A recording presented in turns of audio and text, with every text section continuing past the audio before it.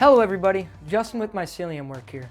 Today I'm doing a video to show you how to make your own substrate blocks. In the previous video, I showed you guys how to properly hydrate grain and how to inoculate that grain using a liquid culture syringe. Now I'm going to be making about 100 pounds of substrate today. I'm going to be using the Master's Mix. The Master's Mix consists of about a 1-to-1 ratio, that meaning if I use 20 pounds of hardwood pellets, I want 20 pounds of soy hull pellets, as well as 7.2 gallons of water. 60% of the substrate mix is made up of water, 40% of the substrate mix is made up of pellets. Let's get into it. Now it is time to weigh my pellets out. I'm going to start by weighing 20 pounds of soy hulls out.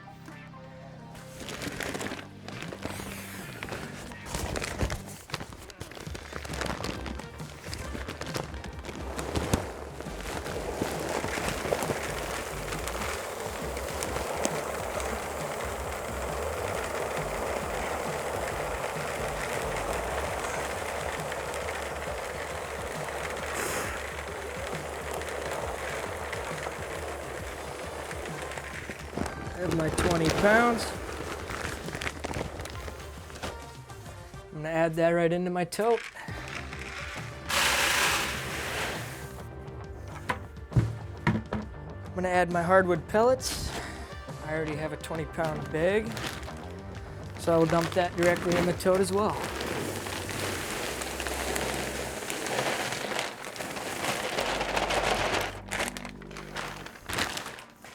Now it is time to get our 7.2 gallons of water. Here I am with my 7.2 gallons of water. I just use a 5-gallon pail, fill it to the top. I grabbed a second one because I didn't want to take 2 trips for the sake of the video, but filled it just under half so I can get that extra 2.2 gallons. I'm going to add this into my tote mixture and let it soften up.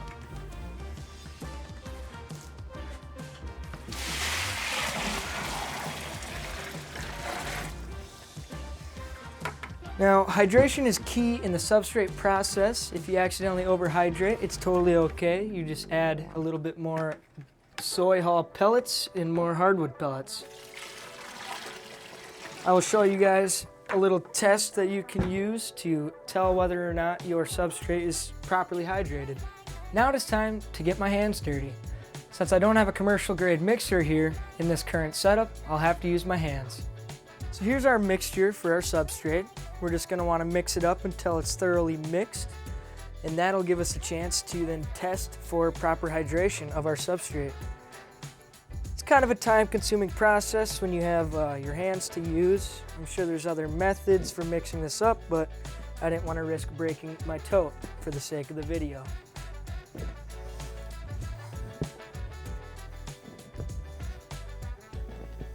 Now that your substrate's all mixed up, I could show you how to test whether or not your substrate is properly hydrated.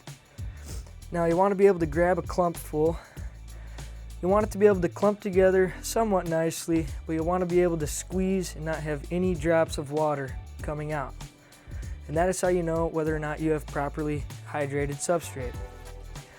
Next, we'll be able to bag this up and get it ready for the autoclave into the desired weight per bag that you would like. Now it is time to bag up our substrate. Today I'm using a special type of grow bag. It's actually an extra large size meant for 10-pound blocks. This has a 0.3 micron patch. It actually has a double filtration patch that still keeps contamination out. This is just for better gas exchange and for enhanced mycelial growth because I'm doing 10-pound blocks. Now I'm only doing 10-pound blocks because I'm helping a local company out, and that's what they specifically requested. I'd say a standard size is about 3 to 5 pounds. It just kind of depends on how long you want to wait for your colonization times and what type of yield you're looking for. Now, 3-pound blocks are going to be your quickest colonization time, but your lowest yield. 5-pound blocks are going to be a little longer bit of colonization times, but a little larger of yield. And a 10-pound block will take even longer for colonization time, but will also give you the largest yield. I'm going to weigh out a 10-pound bag here.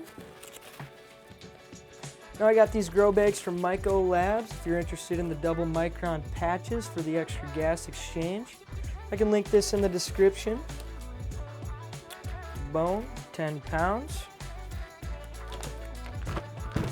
I'm going to do a gusset fold and prepare the bag for the autoclave.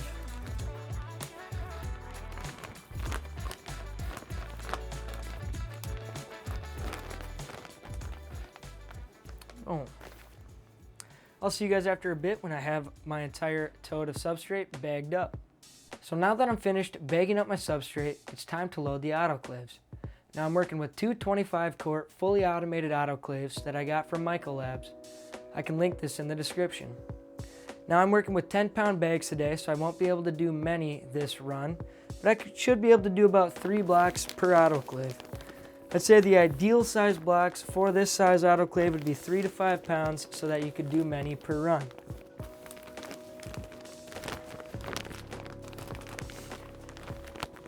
Pack it in like so. I'll give you guys a little closer look. The rule of thumb is you just don't want to overpack your autoclaves. You want to leave some room on all sides of the bags. Therefore, it'll lead for an even airflow from the bottom to the top. This will lead for an even sterilization process to make sure all contamination is killed. So now that my autoclaves are loaded, I can give you guys a closer look. So with how I packed them with my 10-pound blocks, it appears to be a tight fit, but each side has open space leading to the bottom for an even sterilization.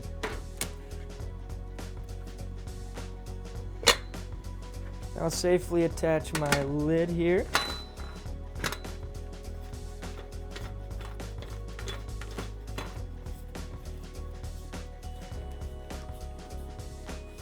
And I'm going to start this autoclave up. Now I'm going to run it at about 126 degrees Celsius for this specific autoclave. For some reason this is what gets me to 15 pounds of pressure. The max timer is set to 99, so an hour and 39 minutes. For 10-pound blocks I'm going to run my autoclave for about 2.5 to 3 hours, so I'll have to come back when this is done and start it again.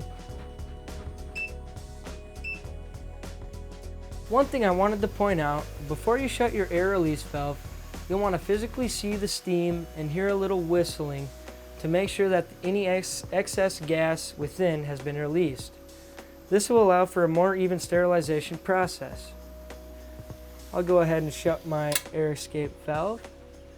Now we are on our way to building the required pressure for the proper sterilization.